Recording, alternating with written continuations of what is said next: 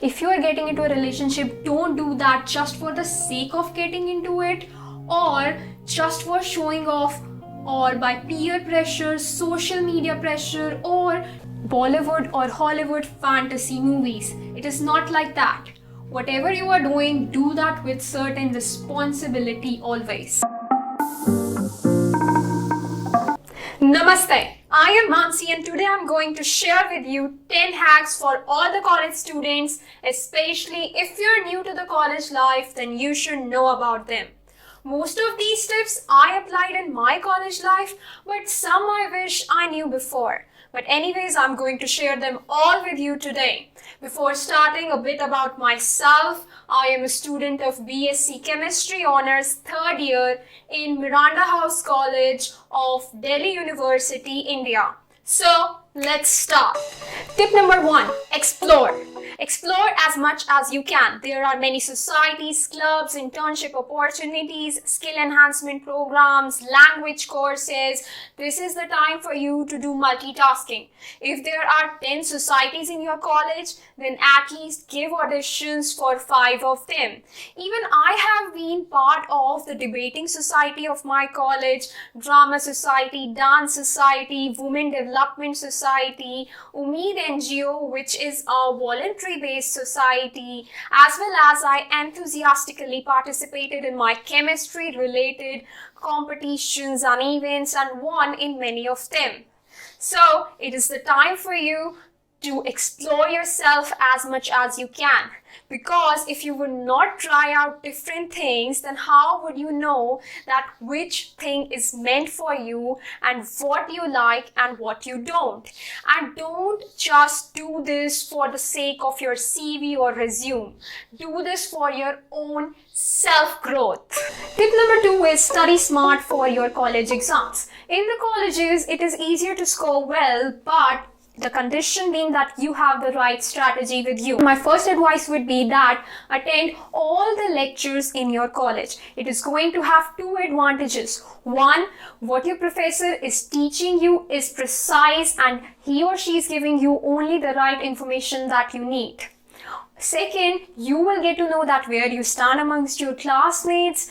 And thirdly, you would be making notes in your class, and by making notes, 3 things would happen. First, it will save you time to make notes later. Also, when you are making notes in the class, it is faster and you are understanding everything, so it will save you time to revise and learn later.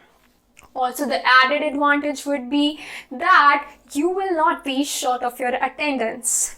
If you are making any assignments, try to make them on your own because generally the topics given in the assignment are important and at least that topic would be prepared for your exam. And even I applied this strategy in my past 2 years and I managed to score 8.5 to 9 SGPA out of 10 in the past 2 years of my college life. You should know that you don't have to fail in your exams because you don't want to give re-examinations again and again. It is going to waste a lot of your time. You should score that much that you are having at least that much marks for the eligibility criteria for admissions ahead, for your further education or for sitting into a certain examination. And you just have to study right before the exams in the preparatory leaves or just 1 month before the exams.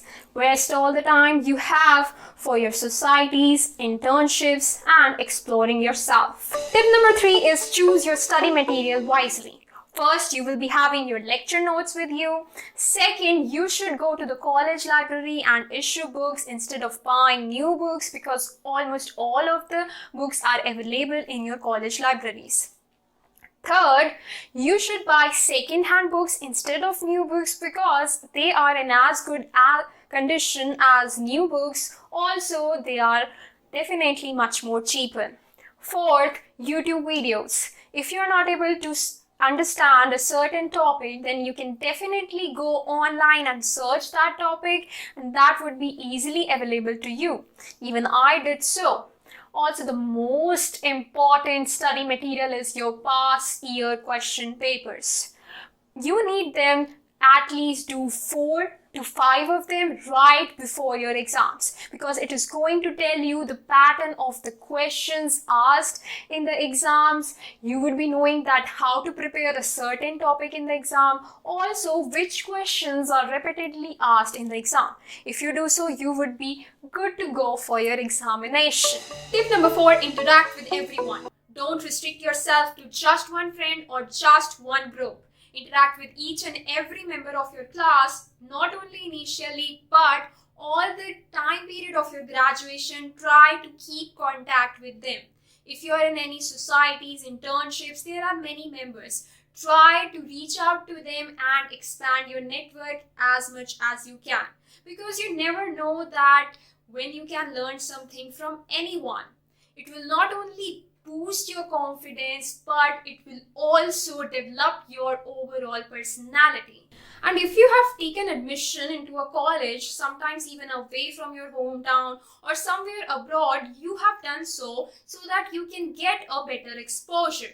So you should know that there are people of different mindset and of different cultural background, and you never know what you can learn from someone.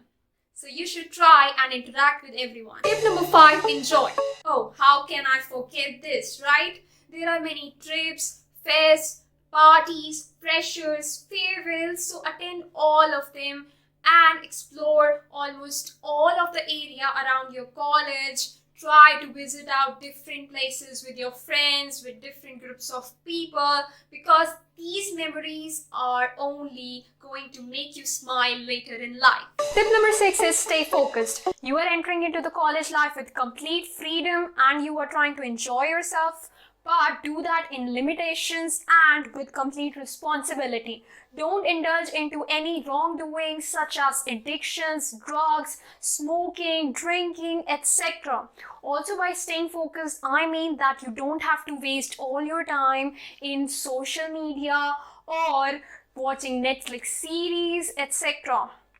And when it comes to relationships, you need to keep 2 things in mind. First, in college, you need to invest in yourself. You have to do so many things, look after your health, spend time with your family members, also enjoy with your friends, take care of your studies, do join societies, do internships. So if you are getting into a relationship, you need to see that you might need to compromise on one or the other area.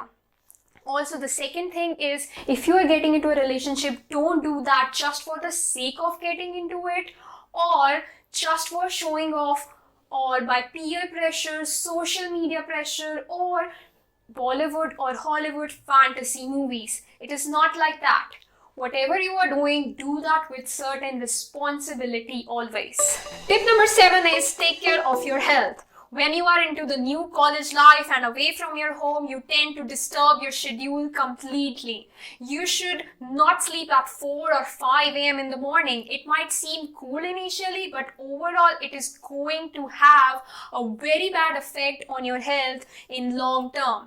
So you should sleep on time, sleep enough, eat on time, eat enough, and include more healthy foods in your diet. Don't just depend on the junk food and fast food available in your college and around your college. Also, don't stress out yourself too much. You should not take too much burden in college. Alright? Also, for that, you need to exercise regularly to take care of your health, not only physically but also mentally. If not daily, then you should at least exercise on alternate days or twice a week. Initially, in my first year, I used to exercise regularly, but I did not take much care of my sleep schedule and food habits, and it did have a bad effect on my health. So, I'm advising you to not do so. Take care of your health always. Tip number 8 is look presentable. Here, I'm not going to ask you to do a lot of makeup, fashion, styling, and whatnot, but at least you should look presentable, well-groomed, decent, clean and tidy. You should not smell bad or look unclean. You should always remember, I once heard it and it always stuck with me, that if you are stepping out of your home, then you should look at least that much presentable, that if you happen to meet your role model or someone you admire, you don't feel embarrassed in talking to him or her in that look. Also, it is not only good for your hygiene, it is also good for people around you. Tip number 9 is talk to your seniors. You must have heard about ragging or your seniors are bad guys, but it is not so. You can always go to your seniors and they would be giving you good advice. You can ask them about the societies, courses available. If you are confused about certain choices available in a certain subject of yours, here is a warning for you. Beware of the bad guys and the bad seniors, and go to the studious and good seniors. Tip number 10 is be more responsible and independent. You are getting into the college and preparing yourself for the real life further ahead. And the real life is cruel and hard. So you should try to be independent right at this time only. If you are getting pocket money from your parents, try to manage your budget.